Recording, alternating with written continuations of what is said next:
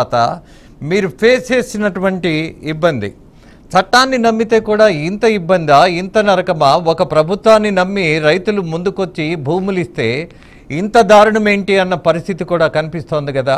ఇది ఒక అనుభవం. ఎక్కడో పొరపాటు జరిగింది స్వరాజ్రావు గారు, అందుకే 5 సంవత్సరాలు కాదు, దరిదాపు ఎన్ని రోజులు మీరు నరకం అనుభవించారో నిజంగా మీతో పాటు భగవంతుడు ఎందుకు ఇంత శిక్ష విధించాడో కూడా అనిపిస్తూ ఉంటుంది. బట్ ఫైనల్గా అయితే మీరందరూ గెలిచారు. స్వరాజ్రావు గారు, ఇందులో నేను ఒక్క విషయాన్ని మీకు గుర్తు చేస్తా. చట్టాన్ని నమ్మి కదా మనం ఇచ్చాము, ఇదేంటి మనకి నరకం ఏంటి అన్నటువంటి బాధ. స్వరాజ్రావు గారు చెప్పండి సార్, చెప్పండి చెప్పండి. ఒక ప్రభుత్వాన్ని నమ్మారు. చట్టానికి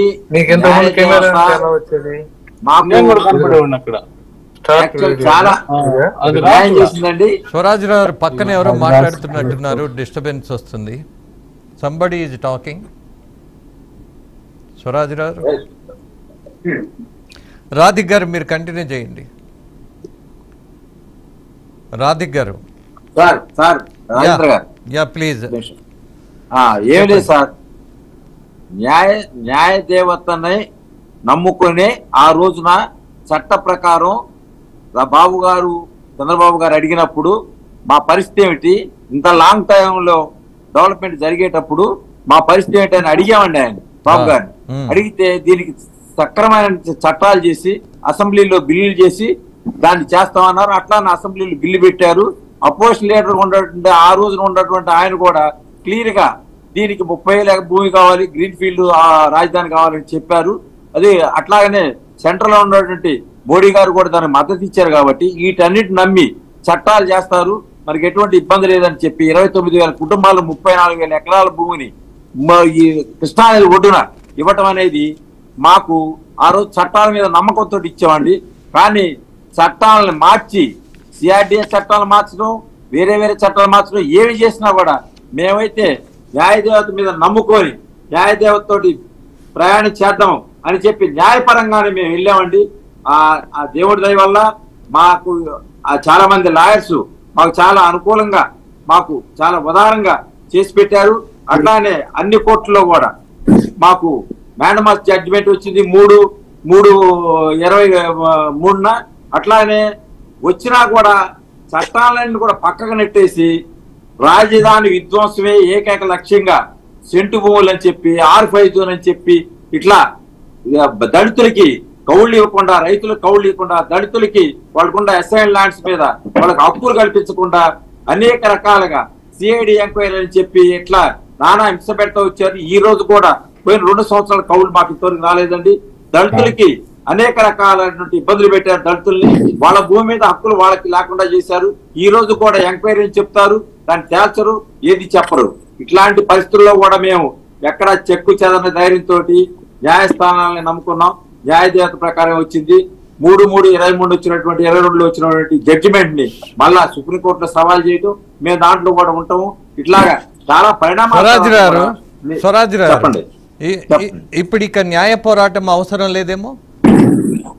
న్యాయ పోరాటం అవసరం లేదంటే అండి, ఇవన్నీ కూడా సుప్రీంకోర్టు, హైకోర్టు, తర్వాత లోకల్ గా మా ఆడవాళ్ళ మీద, రైతుల మీద పెట్టిన దగ్గరగా రామారామి 3,000 కేసులు ఉన్నాయి. That is okay. బట్ అమరావతికి సంబంధించి అమరావతి రైతులకు జరగవలసినటువంటి న్యాయబద్ధమైన హక్కుతో కూడినటువంటి విషయాల మీద ఇంకా ఐ డోంట్ థింక్ సో ఇంకా కోర్టులో పెద్ద కొట్లాడవలసిన పరిస్థితి ఉండదేమో. కొట్లాడవలసింది ఏంటంటే దానికి ఒక ముగింపు తీసుకొచ్చేదాకా కోర్టును ఫాలో అవ్వాలని మనం, అది రాష్ట్ర ప్రభుత్వం నుంచి అఫిడవిట్లు వేయాలి, మనం దాంట్లో వెళ్ళాలి. ఇవాళ కూడా ఈ జగన్మోహన్ రెడ్డి వర్గం వాళ్ళు ఇంకా మేలకుండా ఊరుకుంటారా లేదా చూడాలి. పోయినసారి కూడా ట్రిబ్యునల్ లో కానీ, గ్రీన్ ట్రిబ్యునల్ లో కానీ, అట్లానే కోర్టులో కానీ చాలా కేసులు వేసి ఇబ్బంది పెట్టారు. పోయిన 5 సంవత్సరాలు 14 నుంచి 19 కూడా పనులు కానీ ఇక్కడ ఆపారు. ఇవాళ మళ్ళా రేపు 24 నుంచి 29 లోపల ఈ 1 సంవత్సరం 2 సంవత్సరాల్లో కోర్టులో నుంచి చక్కటిగా క్లియర్ గా చేసుకొని ఈ రాజధానికి అడ్డంకులు ఏమైనా ఉంటే అన్నింటి క్లియర్ చేసుకొని ప్రభుత్వం మేము కలిసి ఇవన్నీ సాల్వ్ చేసుకోవాల్సిన అవసరం మాత్రం ఉందండి. సుప్రీంకోర్టులో కూడా. రాధిక్ గారు, అనిత గారు, అలాగే స్వరాజ్రావు గారు, ముఖ్యంగా మీ ప్రాంత రైతులందరికీ నాదొక విజ్ఞప్తి. మీరు చేసినటువంటి ఉద్యమం సామాన్యమైంది కాదు. అలాగే మీ ధైర్య సాహసాలు ఈ ప్రపంచానికి ఒక ఉత్తేజం తీసుకొచ్చినటువంటి పరిస్థితి ఉన్నటువంటి నేపథ్యంలో అనేక మంది రైతులు ఒత్తిడికి లోనై చనిపోయినటువంటి విషయం మనం చాలా స్పష్టంగా బాధగా గమనించాం. దాంతోపాటు కొన్ని అయితే ఖచ్చితంగా గత ప్రభుత్వం చేసినటువంటి హత్యలని భావించాల్సిందే. అన్డౌటెడ్లీ ప్రభుత్వం చేసినటువంటి హత్యలే అవి. దానికి ఒక గుర్తుగా, మీ పోరాటానికి చిహ్నంగా, అలాగే రాబోయే తరాలకి ఒక ఉత్తేజకరమైనటువంటి ఒక మెసేజ్ ఇచ్చేటటువంటి పరిస్థితిగా ఏదైనా అక్కడ ఒక స్తూప నిర్మాణం కానీ, లేదా వాళ్ళ పేరుతోటి కొన్ని విగ్రహాలు పెట్టడం కానీ, what ever it may be, Amaravati రైతులకు సంబంధించినటువంటి పోరాటాన్ని సుదీర్ఘకాలం ఉండేట్టు అశోకుడు చెట్లు నాటించాడని మనందరం ఎలా చదువుకున్నామో, అమరావతి రైతులు ఇలా నిలబడ్డారు, ఇలా పోరాడారు అన్నటువంటి వాటికి చిహ్నంగా మీ ప్రాంతంలో ముఖ్యంగా నేనైతే బాధ్యత తీసుకోదలుచుకున్నా, మీరందరూ కలిసి నడవాలని అభ్యర్థిస్తున్నా. మనం ఒక స్తూప నిర్మాణం జరపాలి అన్నటువంటి నా నిర్ణయాన్ని మీరు గౌరవిస్తారని భావిస్తున్నా. రాధిక్ గారు, అనిత గారు, అలాగే స్వరాజ్రావు గారు, మీ ముగ్గురి అభిప్రాయాన్ని తెలుసుకోవాలనుకుంటున్నా. నేను చెప్తున్నానండి, మీరు చెప్పింది చారిత్రాత్మకంగా జరిగినటువంటి ఒక మహోద్యమం అండి. ఇది 4.5 సంవత్సరాలు 1631 రోజులు నిర్విరామంగా రెండు కరోనా వేవుల్లో కూడా చేసినట్టు ఉద్యమం.